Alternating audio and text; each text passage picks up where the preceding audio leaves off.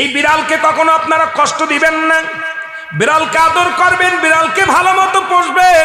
বিড়াল যদি কোনো জাতির জন্য দোয়া করে, কোনো গৃহস্থর জন্য দোয়া করে, ওই সংসারের মধ্যে উন্নতি শুরু হয়ে যায়।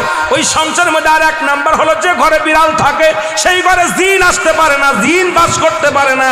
আর একটা ঘোষণা শোনালেন, নবীজি বলে গেছেন, যে ঘরের মধ্যে বিড়াল ছানা বাস করে ওই ঘরের মধ্যে জিন জাতি প্রবেশ করতে পারে না। তাহলে ছোট ছোট মাসুম বাচ্চাগুলো যে ঘরের মধ্যে থাকে, মুসলমান অনেক সময় জিনের আশ্রয় পড়ে যায়, অনেক সময় জিনে আসর করে, ওই ঘরের মধ্যে জিনে আসর করে। যে ঘরের মধ্যে বিড়ালকে আদর করে বিড়াল থাকে, ওই ঘরের মধ্যে বিলাই বিড়াল বিড়াল বিলাই বিলাই, এইটা যার ঘরের মধ্যে আছে এই ঘরের মধ্যে দুষ্ট জিনেরা আসতে পারে না। জোরে জোরে চিল্লায়া বলা যাবে না মারহাবা। একবার নবী সুলাইমান আলাইহিস সালাম শুনতে পাইলেন পাশের বাড়িতে একটা কুকুরকে কষ্ট দিয়ে